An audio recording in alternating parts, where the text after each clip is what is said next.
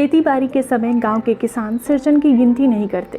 लोग उसको बेकार नहीं बेगार समझते हैं। इसलिए खेत खलिहान की मजदूरी के लिए कोई नहीं बुलाने जाता है सिरचन को। क्या होगा उसको बुलाकर? दूसरे मजदूर खेत पहुंचकर 1/3 काम कर चुके होंगे, तब कहीं सिरचन राय हाथ में खुरपी डुलाता दिखाई पड़ेगा। पगडंडी पर तौल तौल कर पाँव रखता हुआ धीरे धीरे। मुफ्त में मजदूरी देनी हो तो और बात है। आज सिरचन को मुफ्तखोर, कामचोर या चटोर कह ले कोई। एक समय था जबकि उसकी मड़ैया के पास बड़े बड़े बाबू लोगों की सवारियां बंधी रहती थी। उसे लोग पूछते ही नहीं थे, उसकी खुशामद भी करते थे। अरे सिरचन भाई, अब तो तुम्हारे ही हाथ में यह कारीगरी रह गई है सारे इलाके में। एक दिन भी समय निकाल कर चलो। कल बड़े भैया की चिट्ठी आई है शहर से। सिरचन से एक जोड़ा चिक बनवा कर भेज दो। मुझे याद है मेरी माँ जब कभी सिरचन को बुलाने के लिए कहती, मैं पहले ही पूछ लेता, भोग क्या क्या लगेगा। माँ हंसकर कहती, जा जा, बेचारा मेरे काम में पूजा भोग की बात नहीं उठाता कभी। ब्राह्मण टोली के पंचानन चौधरी के छोटे लड़के को एक बार मैंने सामने ही बेपानी कर दिया। सिरचन ने, तुम्हारी भाभी नाखून से काट कर तरकारी परोसती है और इमली का रस साल कर कढ़ी को हम कहार कुम्हारों की घरवाली बनाती है। तुम्हारी भाभी ने कहाँ से बनाई? इसलिए सिरचन को बुलाने से पहले मैं माँ को पूछ लेता। सिरचन को देखते ही माँ हुलस कर कहती, आओ सिरचन, आज नैनू मत रही थी तो तुम्हारी याद आई। घी की दाढ़ी के साथ चूड़ा तुमको बहुत पसंद है ना। और बड़ी बेटी ने ससुराल से संवाद भेजा है, उसकी ननद रूठी हुई है। मोती के शीतल पार्टी के लिए सिरचन अपनी पनियाई जीभ को संभाल कर हंसता, घी की सुगंध सुनकर आ रहा हूँ काकी, नहीं तो शादी ब्याह के मौसम में दम मारने की भी कहाँ छुट्टी मिलती है। सिरचन जाति का कारीगर है। मैंने घंटों बैठकर उसके काम करने के ढंग को देखा है। एक एक मोती और पटेर को हाथ में लेकर बड़े जांता से उसकी कुच्ची बनाता, फिर कुच्चियों को रंगने से लेकर सुतली सुलझाने में पूरा दिन समाप्त। काम करते समय उसकी तन्मयता में जरा भी बाधा पड़ी कि गेहुआ सांप की तरह फुफकार उठता। फिर किसी दूसरे से करवा लीजिए काम। सिरचन मुंहजोर है, कामचोर नहीं। बिना मजदूरी के पेट भर भात पर काम करने वाला कारीगर। दूध में कोई मिठाई न मिले तो कोई बात नहीं, किंतु बात में जरा भी झाल वो नहीं बर्दाश्त कर सकता। सिरचन को लोग चटोरा भी समझते हैं। तली बघारी हुई तरकारी, दही की कढ़ी, मलाई वाला दूध, इन सब का प्रबंध पहले कर लो, तब सिरचन को बुलाओ। दुम हिलाता हुआ हाजिर हो जाएगा। खाने पीने में चिकनाई की कमी हुई कि काम की सारी चिकनाई खत्म। काम अधूरा रख कर उठ खड़ा होगा। आज तो अब अधकपाली दर्द से माथा टंटना रहा है, थोड़ा सा रह गया है, किसी दिन आकर पूरा कर दूंगा। किसी दिन माने कभी नहीं।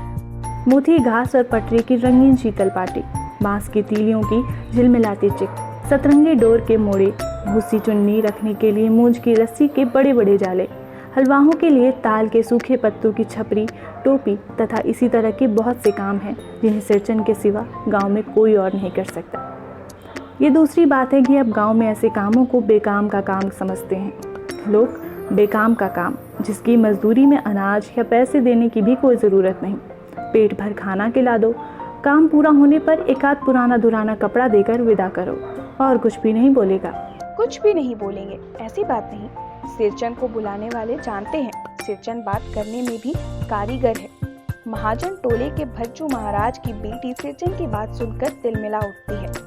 ठहरो, मैं माँ से जाकर कहती हूँ। इतनी बड़ी बात? बड़ी बात है बिटिया, बड़े लोगों की बस बात ही बड़ी होती है, नहीं तो दो दो पटेल की पार्टियों का काम सिर्फ खेसारी का सत्तू खिलाकर कोई करवाए भला?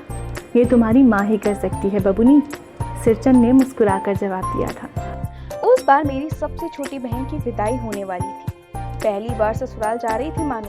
मानू के दूल्हे ने पहले ही बड़ी भाभी को खत लिखकर चेतावनी दे दी है, मानू के साथ मिठाई की पतीली ना आए, कोई बात नहीं। 3 जोड़ी फैशनेबल चिक और पटेल की 2 शीतल पार्टियों के बिना आएगी मानू तो? भाभी ने हंसकर कहा, बेरंग वापस। इसलिए 1 सप्ताह से पहले से ही सिरचन को बुलाकर काम पर तैनात करवा दिया था माँ ने। देख सिरचन, इस बार नई धोती दूंगी, असली मोहर छाप वाली धोती। मन लगाकर ऐसा काम करो कि देखने वाले देखकर देखते ही रह जाएं। पान जैसी पतली छुरी से बांस की तीलियों और कमानियों को चिकनाता हुआ सिरचन अपने काम में लग गया। रंगीन सुतलियों के झब्बे डालकर वह चिक बुनने बैठा। 1.5 हाथ की बिनाई देखकर ही लोग समझ गए कि इस बार एकदम नए फैशन की चीज़ बन रही है, जो पहले कभी नहीं बनी।